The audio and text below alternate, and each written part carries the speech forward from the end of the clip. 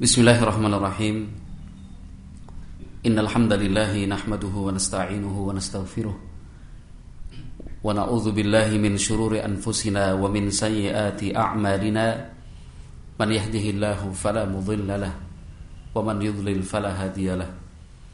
Ashhadu an la ilaha illallah wahdahu la syarika lahu wa ashhadu anna Muhammadan 'abduhu wa rasuluh sallallahu alaihi wa ala alihi wa ashabihi wa man tabi'ahum bi ihsanin ila yaumiddin. Qala Allahu azza wa jalla fi kitabihil karim, ya ayyuhalladzina amanu taqullaha haqqa tuqatih wa la tamutunna illa wa antum muslimun. Fa inna asdaqal hadithi kitabullah wa khairal huda huda nabiyyina Muhammadin sallallahu alaihi wasallam wa syarrul umuri muhdatsatuha fa inna kulla muhdatsatin bid'ah wa kulla bid'atin dhalalah wa kulla dhalalatin finnar. Ma'asyiral muslimin wal muslimat rahimakumullah.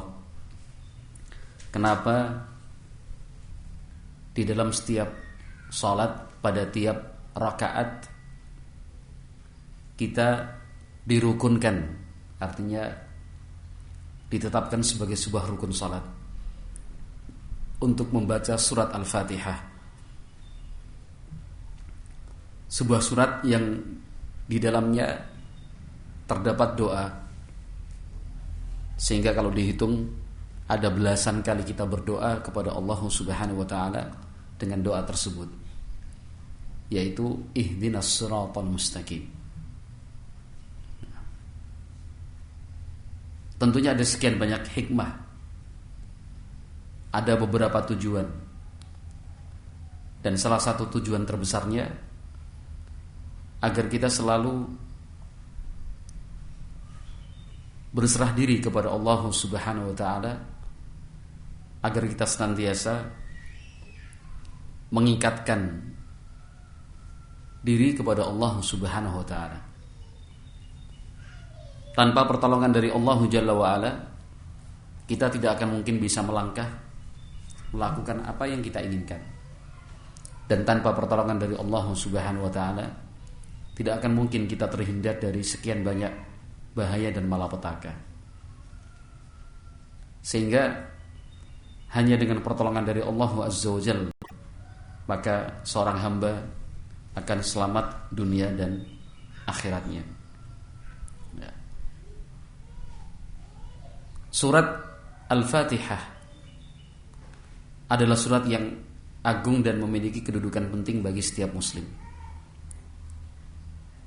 Oleh sebab itu, rukun hukumnya kita membaca Al-Fatihah.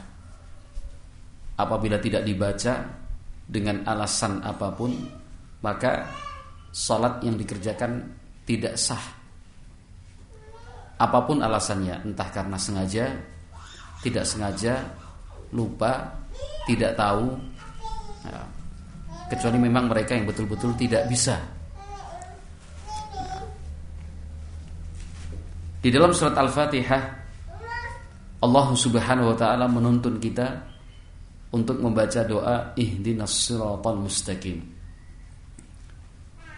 Doa ini ada dua bentuk penafsiran. Ada dua bentuk penafsiran. Penafsiran yang pertama, ya Allah, berikanlah petunjuk hidayah untuk kami guna mengenali jalannya yang lurus, jalan Allah Azza wa Jalla yang lurus. Penafsiran yang kedua, ya Allah, tetapkanlah kami di atas jalan yang lurus. Penafsiran pertama adalah permintaan dan harapan dari kita agar dimudahkan oleh Allah Azza wa Jalla menemukan jalan yang lurus. Penafsiran yang kedua bermakna kita meminta dan berharap kepada Allah Subhanahu wa taala agar diberi istiqomah di atas jalan yang lurus. Dan kedua penafsiran ini saling terikat satu dengan yang lain. Nah, dua penafsiran ini bukan berarti kemudian kita memilih salah satu lalu meninggalkan penafsiran yang kedua. Bukan. Nah, sebagian orang yang tidak memahami hal ini, seperti beberapa kelompok dari kalangan orang-orang kafir, mereka mempertanyakan kebenaran Islam melalui ayat ini. Kata orang-orang kafir, kaum muslimin sendiri saja, umat Islam sendiri saja belum yakin bahwa Islam itu jalan yang lurus. Apa alasan mereka? Loh itu, lihat umat Islam tiap kali sholat yang diminta ihdinas shiratal mustaqim. Ya Allah, tunjukkanlah kami jalan yang lurus. Berarti mereka belum berada di atas jalan yang lurus, karena masih terus meminta petunjuk dari Allah Azza wa Jalla untuk menemukan jalan yang lurus. Nah, cara menjawab anggapan seperti ini, anggapan dari orang-orang kafir, sangatlah mudah. Kita kembalikan kepada dua bentuk penafsiran tadi, bahwa doa ihdinas shiratal mustaqim bukan hanya kita meminta kepada Allah agar diberi kemudahan menemukan jalan yang lurus, tetapi dengan doa tadi kita meminta kepada Allah Subhanahu wa taala agar tetap terus berada di atas jalan yang lurus. Bukan berarti kita ragu dengan kebenaran Islam, bukan karena kita ragu bahwa Islam adalah jalan yang lurus, bukan.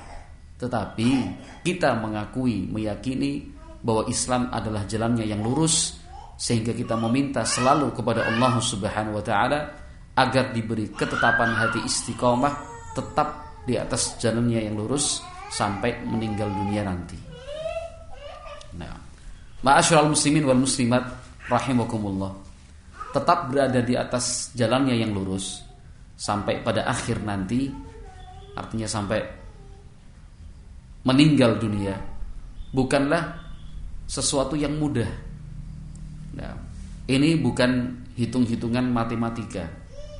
Nah, bukan hitung-hitungan matematika, tetapi semata-mata pertolongan dan taufik dari Allah Subhanahu wa taala. Kenapa? Sebab tidak sedikit mereka yang dulunya Islam kemudian berubah, Islam ditinggalkan, murtad, sampai kemudian meninggal dunia dalam keadaan murtad. Sebelumnya Islam. Nah, kenapa demikian? Sebab banyak orang yang sebelumnya baik, semangat di dalam beribadah, tetapi pada akhirnya mengalami penurunan semangat. Dari yang dulu semangat sampai tidak memiliki semangat sama sekali. Yang dulunya ke depan memimpin, pada akhirnya terbelakang. Nah, bukan hanya terbelakang, tapi kemudian tertinggal jauh. Nas'alullah as-salamata wal afiyah. Nah, karena hati manusia itu cepat sekali berubah, berbolak-balik. Maka di dalam istilah Islam, hati disebut dengan al-qalb. Al-qalb itu artinya berubah, artinya berganti, sampai zat hati itu sendiri dinamakan qalb, berubah-ubah. Maka doa kita yang tidak boleh putus dan tidak boleh kita lewatkan satu hari saja tanpa mengucapkannya adalah doa yang diajarkan oleh Nabi Muhammad SAW. Ya muqallibal qulub, tsabbit qalbi ala dinik. Ya Allah, wahai zat yang selalu membolak-balikkan hati, tetapkanlah hatiku di atas agamamu. Nah, hati manusia itu begitu lemah. Masing-masing kita, saya yakin sudah bisa merasakan seperti itu. Cepat sekali berubah-ubah. Nah, sekarang benci, nanti berubah menjadi sayang. Kemarin sayang, sekarang betul-betul menjadi benci. Yang tadinya ingin marah, dendam dan emosi, dalam hitungan menit hilang itu, tidak berbekas. Nah, yang sebelumnya terlihat akrab, baik, tiba-tiba saja berubah. Nah, menunjukkan permusuhan dan kebencian. Nah, terkadang sebabnya tidak diketahui, alasannya tidak ditemukan. Namun itulah kenyataan yang kita rasakan dalam kehidupan sehari-hari.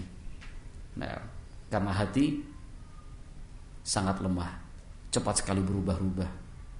Nah, Dan disinilah arti dari istiqomah. Tetap terus sabar, menjaga amalannya. Nah, semua yang sudah dia kerjakan sebelumnya, yaitu kebaikan-kebaikan itu, ibadah-ibadah itu, tetap berusaha dia bertahankan. Terus, seberapapun sulitnya, bagaimanapun susahnya, tetap dipertahankan. Rasuluna Nabi Muhammad SAW diceritakan oleh istri-istri beliau.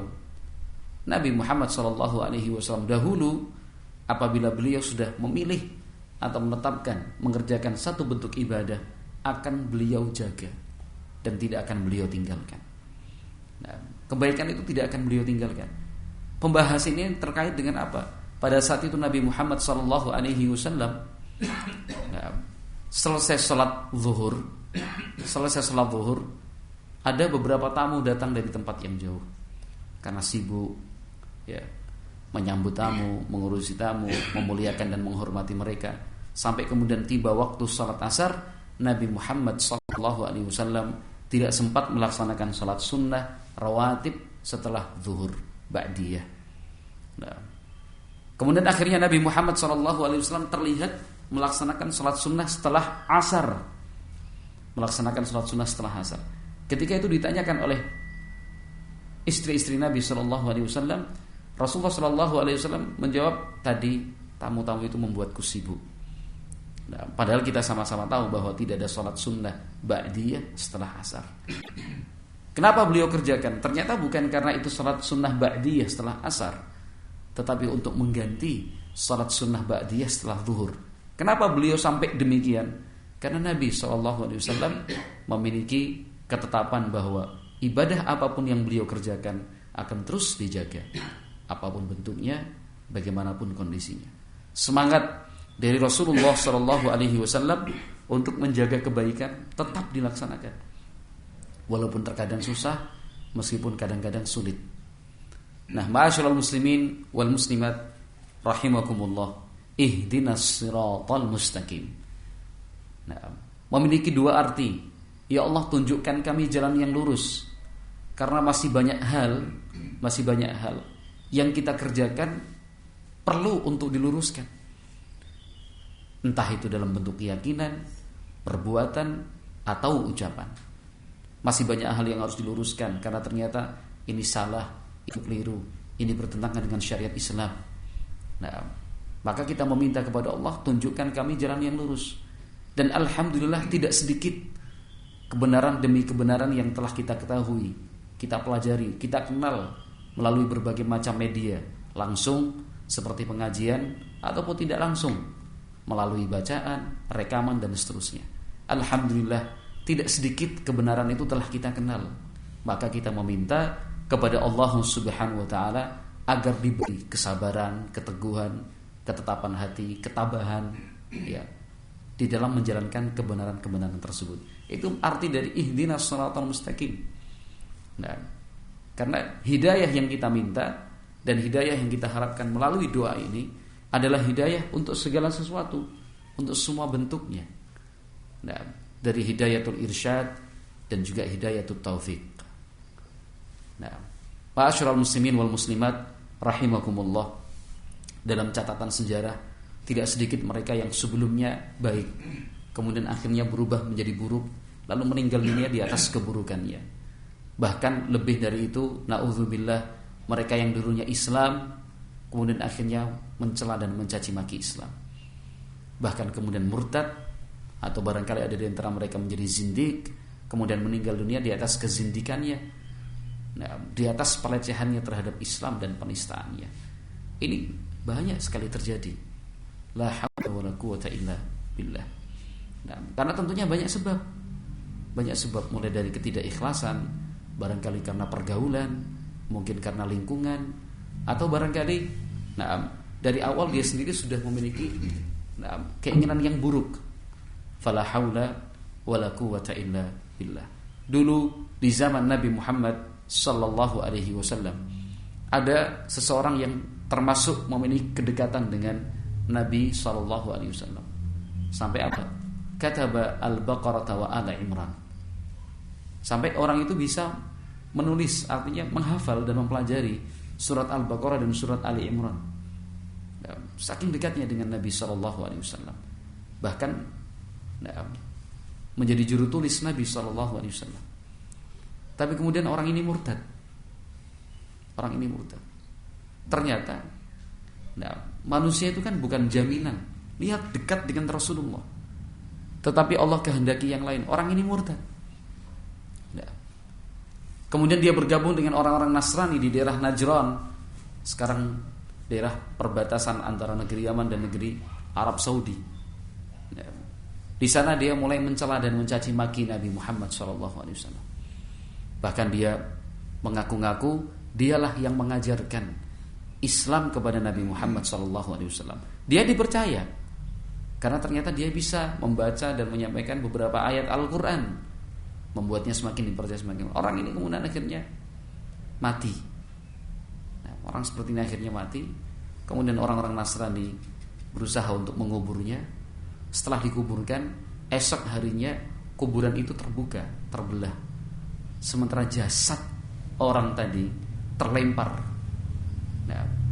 Al-qathul ardu, tanah itu menolaknya. Tapi mereka orang-orang Nasrani masih belum paham, mungkin karena ini, mungkin karena itu. Akhirnya mereka kuburkan lagi. Besok pagi yang kedua kembali, kuburan itu sudah terbuka, terbelah, sementara dia terlempar jasadnya. Sampai yang ketiga, kemudian pada akhirnya orang-orang Nasrani sadar bahwa itu adalah akibat dari perbuatannya.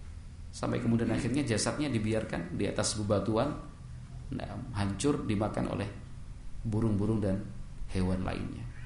Ini hukuman dari Allah Jalla wa'ala untuk orang-orang yang sudah mengenal kebaikan lalu dia tinggalkan. Apalagi Islam dia tinggalkan, menjadi murtad, apapun alasannya. Ini satu contoh, itu terjadi di zaman Nabi Muhammad SAW. Untuk menunjukkan bahwa hidayah itu bukan di tangan manusia. Hidayah itu tidak ditentukan oleh manusia, tetapi hidayah itu adalah milik Allah Azza wa Jalla, ada di tangannya, sehingga hanya kepadanya kita meminta ihdinas siratal mustaqim. Ihdinas siratal mustaqim. Nabi Muhammad SAW dalam hadis Abdullah bin Mas'ud, hadis yang panjang, dalam Al-Arba'in Nawawiyah juga disebutkan. Di akhir hadis Nabi Muhammad SAW menyatakan, wa inna ahadakum la ya'malu 'amala ahli jannah hatta ma yakunu bainaha wa bainahu illa dhira' fayasbiqu 'alaihi al-kitab fay'amalu bi'amali ahli an-nar fayadkhulaha. Kata Nabi SAW, sungguh ada di antara kita, di antara kalian, seseorang yang selalu mengerjakan amalan-amalan baik. Pekerjaan-pekerjaan penduduk surga itu dia lakukan terus begitu. Saking banyaknya amal kebaikan yang dia lakukan, saking sering dan semangatnya dia beribadah, digambarkan Nabi SAW, begitu dekatnya dia dengan surga, jaraknya hanya sejengkal. Artinya tinggal sejengkal lagi kalau dia mau bersabar istiqomah masuk surga. Tapi ternyata fayasbiqu alaihil kitab, catatan takdir sudah mendahului. Pada sisa umur yang sejengkal itu, fayamalu bi'amali ahlin nar, ternyata dia lakukan, dia kerjakan perbuatan penduduk neraka. Setelah dia kerjakan amalan perbuatan penduduk neraka itu, mati, meninggal dunia. Fayadkhulaha, akhirnya dia pun masuk ke dalam neraka.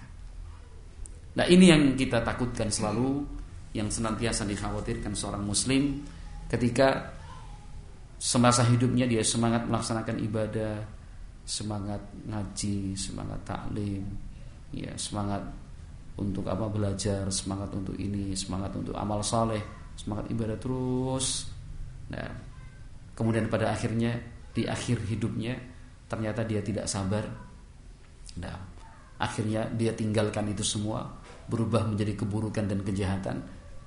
Ketika dia melakukan keburukan dan kejahatan itu, meninggal dunia. Ini yang kita takutkan, ini kita khawatirkan. Maka istiqomah itu berat. Istiqomah itu artinya terus dan senantiasa di atas kebaikan sampai akhir.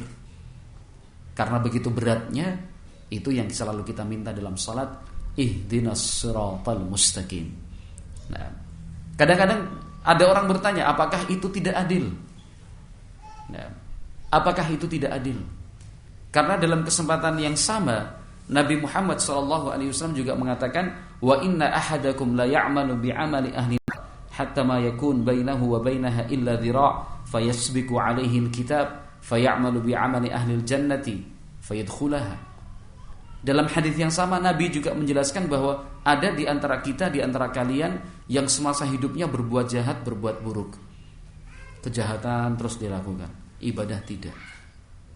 Nah, saking banyaknya kejahatan yang dilakukan, sampai-sampai digambarkan Nabi Muhammad jarak antara dia dengan neraka hanya 1 jengkal. Tapi di 1 jengkal itu dia kemudian bertaubat, dia kemudian melaksanakan perbuatan baik, beribadah dan beramal saleh dengan tulus dan ikhlas, akhirnya dia pun masuk surga. Sebagian kadang bertanya, itu kan tidak adil namanya. Nah, hal ini diterangkan sendiri oleh Nabi Muhammad SAW dalam riwayat yang lain dari hadis sahabat yang berbeda.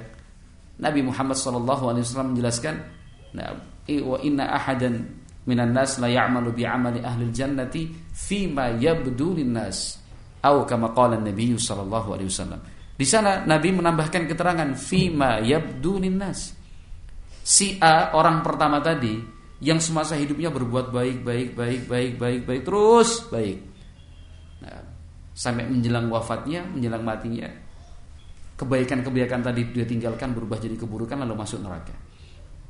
Nah, Nabi memberikan keterangan ternyata kebaikan yang dia lakukan itu adalah fima yabdu linnas. Itu hanya sebatas yang diketahui orang. Itu hanya sekadar yang ada terlihat jelas di mata orang-orang.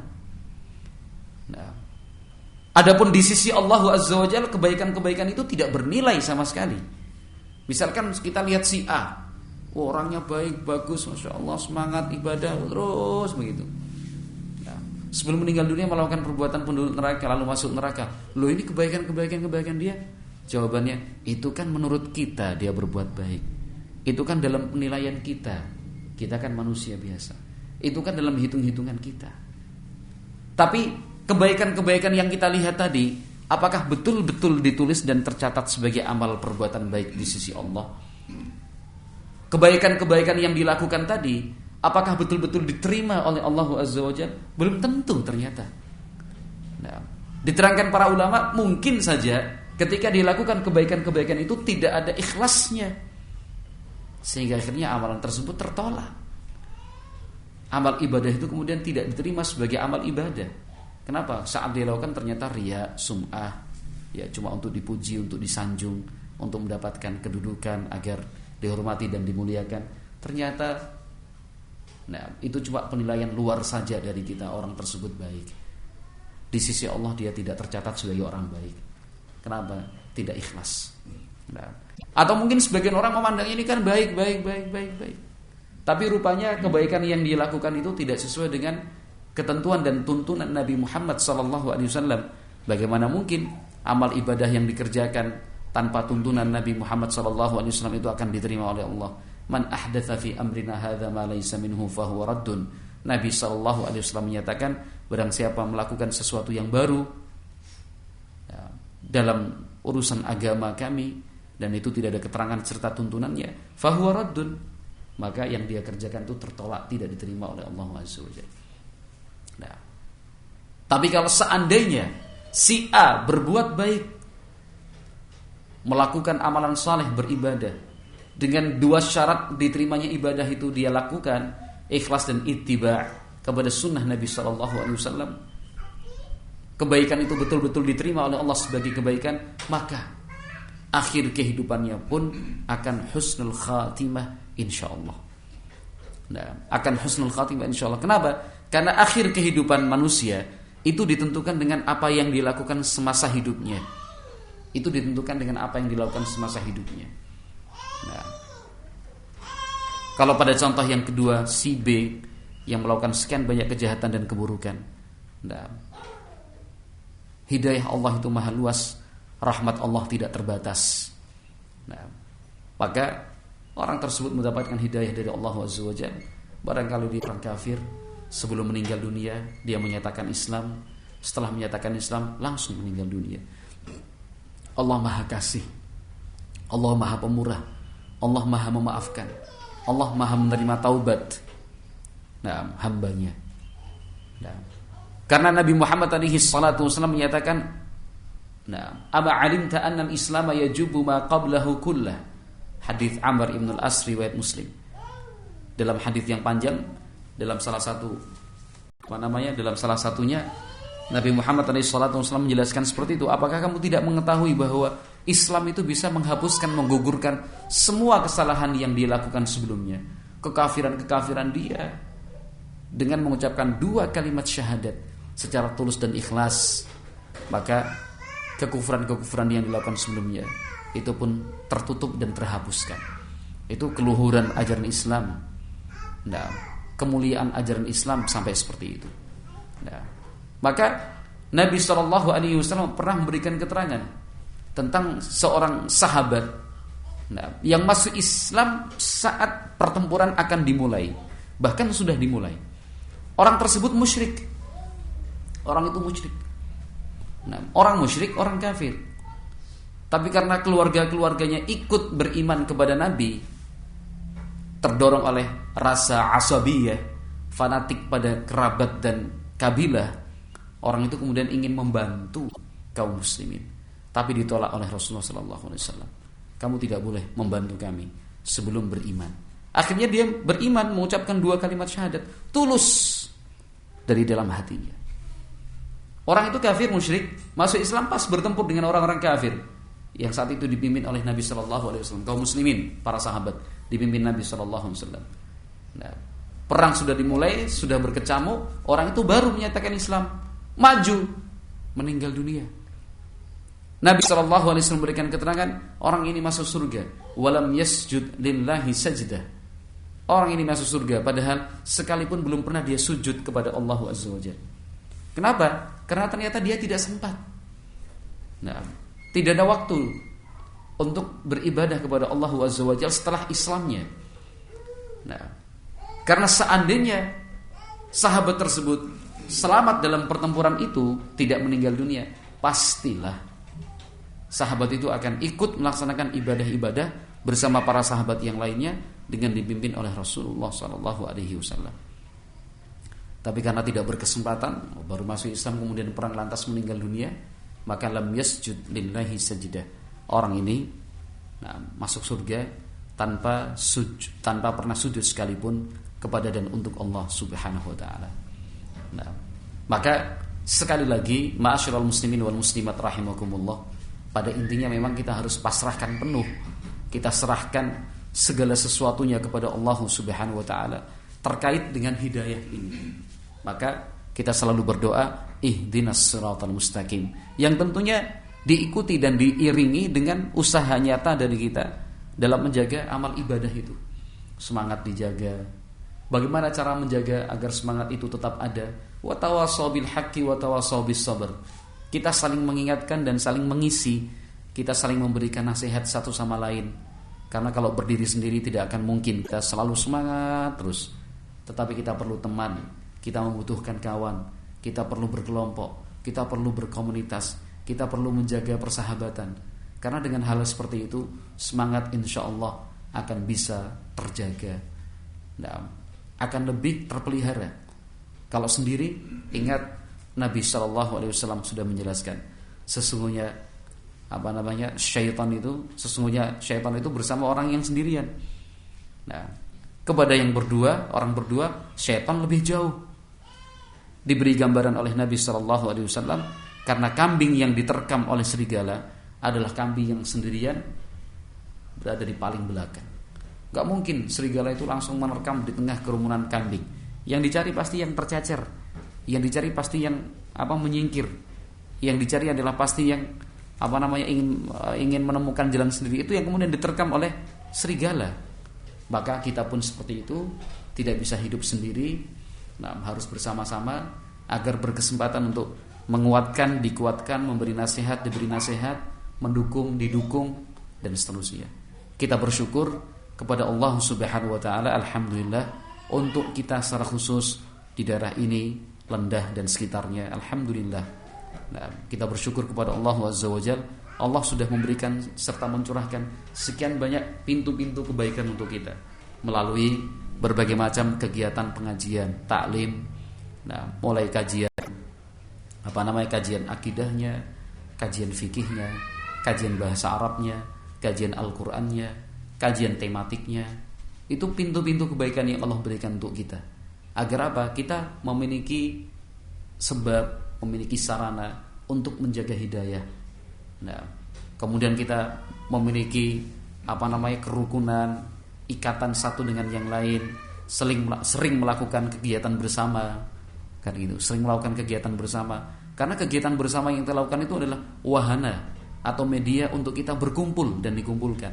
Mungkin acaranya hanya makan-makan, minum-minum, tapi janganlah dilihat hanya makan dan minumnya. Tetapi kita harus menilai bahwa itu adalah usaha kita agar tetap ngumpul.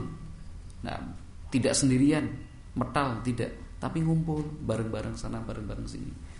Nah, karena kalau itu semua kita niatkan demi menjaga hidayah agar tetap istiqomah, Allah akan berkahi. Nah, Allah akan berkahi meskipun acaranya seperti yang saya gambarkan tadi, cuma makan-makan, minum-minum, kumpul biasa, tertawa, guyon, bercanda. Nah, tapi ada yang terkandung besar di balik itu semua. Usaha dari kita agar berkumpul. Nah, mudah-mudahan semangat yang ada di dalam hati kita, nah, yang alhamdulillah selalu terjaga sampai saat ini, tetap selalu terjaga juga. Semoga Allah Subhanahu wa taala memelihara semangat ini sampai batas akhir nanti, sampai kita betul-betul meninggalkan dunia fana ini, masih tetap semangat dan tetap istiqomah. Walaupun seperti yang saya gambarkan tadi, terkadang kita menghadapi situasi yang sulit, terkadang kita harus menghadapi kondisi yang sangat berat, tapi itu bukan menjadi alasan lalu untuk meninggalkan semangat belajar, ya, semangat ngaji, semangat berkumpul, semangat bersama-sama. Maka Masya Allah, nama grupnya aja semangat belajar, kan? Nama grupnya semangat belajar. Ya, mudah-mudahan Allah berkahi. Wallahu a'lam bishawab. Ini nasihat singkat yang bisa saya berikan. Itu untuk saya sendiri tentunya secara khusus, dan untuk kita semua secara umum. Subhanakallahumma wa bihamdik, asyhadu an la ilaha illa anta astaghfiruka wa atubu ilaik. Wassalamualaikum warahmatullahi wabarakatuh.